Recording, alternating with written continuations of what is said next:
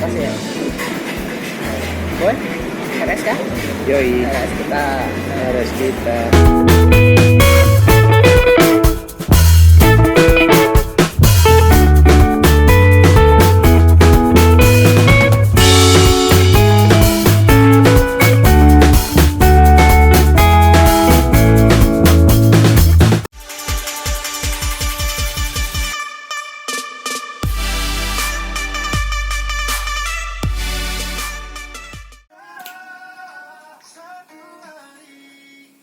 Baik, mau nanya nah. Apa tuh? Kita kan umur di 25 tahun ke atas nih. Ya kan? Nah, kira-kira apa sih keresahan yang di umur-umur kayak kita ini rasakan gitu nah?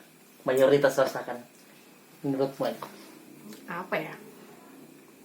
Pastinya mikir ini sih apa?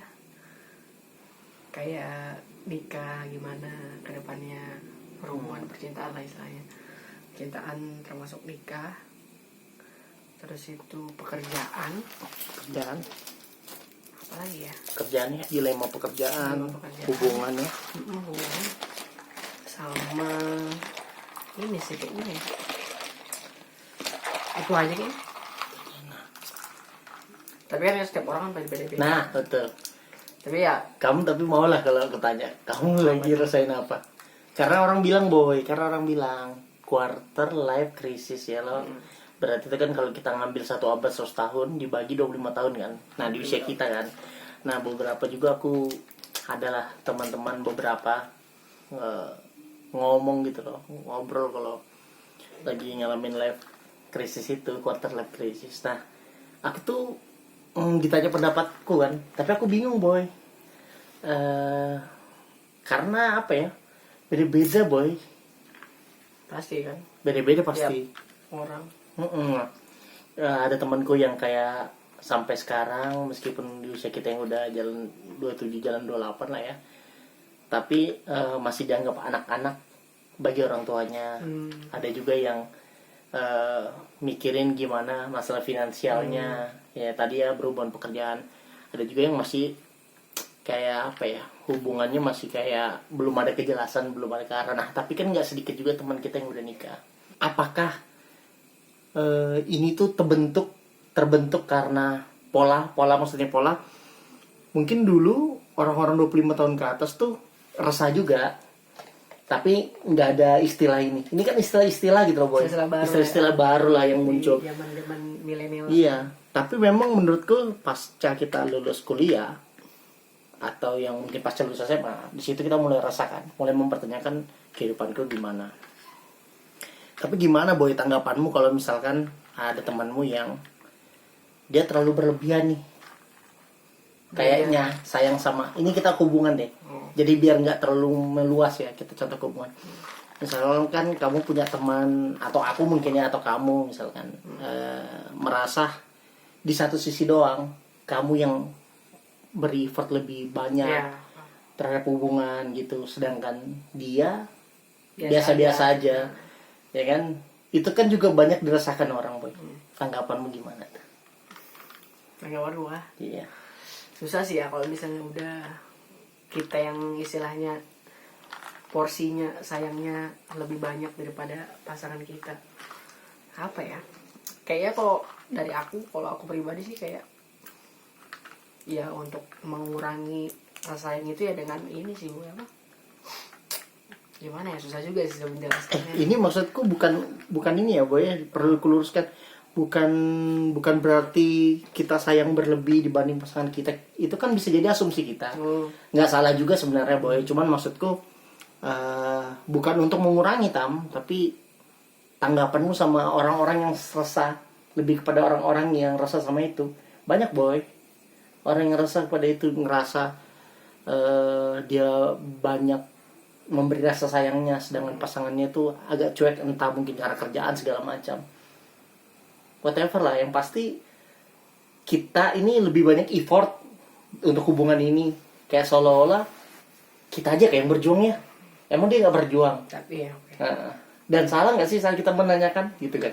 sebenarnya enggak ya, tapi memang boy kalau misalnya pasangan kita udah kerja pasangan kita udah kerja, itu tuh kayak quality time antara kita itu pasti terganggu lah istilahnya, karena kita sudah memikirkan pekerjaan dan masa depan kita pertama gitu sih.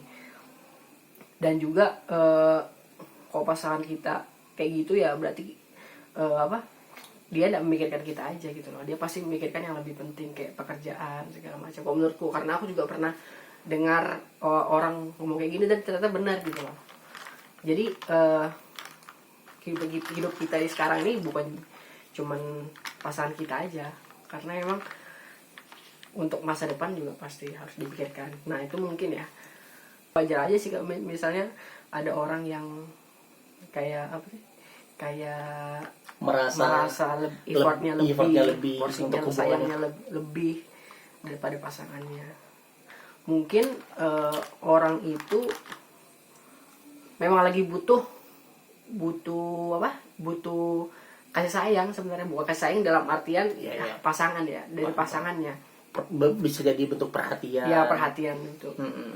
Mungkin itu memang lebih karena dia udah capek kerja, capek mikir pekerjaan segala macam, dan juga dia butuh pulang gitu loh. Nah, pulang kalau misalnya kita ada pasangan, pulang kita ya kemana? Pasangan kita lah. Dan sebenarnya kalau misalkan sama-sama sibuk dengan pekerjaan, sebenarnya kayaknya juga nggak terlalu masalah seharusnya ya. Karena kan sebenarnya menurutku kayaknya yang salah itu adalah tujuannya sih, Tam.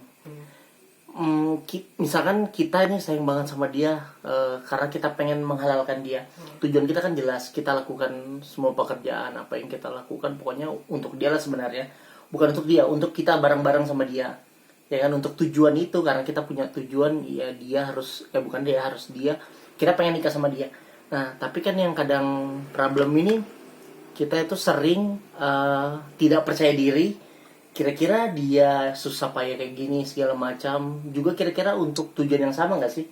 Betul nggak sih kalau itu keresahannya? Kayaknya itu sih boy, keresahannya kayak kita berjuang, kita coba jelaskan ke dia tujuan kita ini, tapi saat kita nanya ke dia, ya dia syukur-syukur kalau dia misalkan punya jawaban boy. Tapi kalau misalkan memang gantung gitu kan agak merasa ya satu orang aja yang punya effort lebih. Jadi kamu setuju orang yang jelas ngasih tahu bahwa misalkan ya tadi kamu bilang aku lagi pengen fokus dulu dengan kerjaanku, atau orang yang bayang-bayang boy. Bayang-bayang tuh kita ini masih menduga-duga gitu loh, apakah dia ini fokus kerjaannya sampai sibuk sampai nggak ada waktu untuk kita karena untuk tujuan yang sama-sama, atau memang untuk ngisi waktu luangnya untuk mungkin buktikan ke orang tuanya bahwa dia habis lulus bisa bertanggung jawab, bisa dengan kerja. Kalau semua orang pasti pengennya yang jelas lah. Kalau dibilang ya, kalau misalnya ngambang tuh juga kita juga susah, karena kita juga bayang-bayang kayak kamu bilang tadi. Jadi kayak overthinking jadinya kita. Baper sendiri.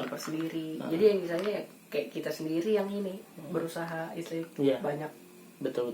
Ininya effortnya. Berarti ku ambil garis tengah ya namanya, bahwa kalau memang misalnya jalin hubungan sama seseorang, memang harus punya tujuan yang jelas, arahnya mau kemana nih.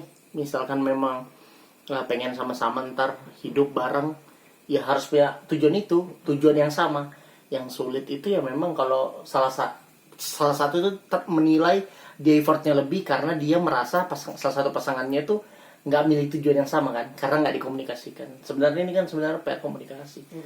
Tapi ini keresahannya juga nggak satu dua orang sih boy, nggak sedikit teman-teman kayak gini gitu. Ya itu kembali lagi, kalau misalnya kita memang ada ikatan sama seseorang, ada status segala macam, kita sama-sama sibuk, ya nggak juga harus setiap waktu cecetan segala macam, nggak setiap waktu kabar-kabar. Dia kabaran oke lah, perlu banget kabar sih, oke. Cuman yang nggak cecetan terus-terusan. Jadi ya aku juga susah juga bayanginnya kalau misalnya sama-sama kerja terus cecetan terus. Itu juga gimana gitu, kayak mengganggu jam kerja kita juga. Terus tuh apa juga yang mau diobrolin ya, kecuali ada yang mau diobrolin segala macam kan. Jadi kayak gitu. Jadi kamu Tapi ya ada lagi, kembali lagi, oh kita ada ini, ada apa, ada pacar istilahnya, ada tanggung jawab ya. Ya kembali lagi ke situ. Berarti kamu tuh karakter yang lebih ini kualitas ya, Bu ya. Kualitas si hubungan Oh ini ya. iya dong, kualitas nomor satu dibanding kuantitas. Kuantitas. Kualitas Ya, sebenarnya. Ya mungkin untuk kali ini kita fokusnya ke hubungan dulu, Tam. Karena kayaknya tuh quarter life crisis tuh banyak sub-subnya ya. Sub-sub temanya bisa dibahas. Nah, seolah kayak expert kan, Boy ya. Kayak itu aja, Boy. Mana ada expert dari mana? Belum, Boy. Jangan, Boy. Takut. Jangan, partainya jangan. Iya gitu ya, Boy. Dapat bansos. Memang dapat bansos, Boy, tapi jangan partainya. Kita dapat bansos dari Bapak Koster. Harusnya dapat motor ini, tapi dipotong.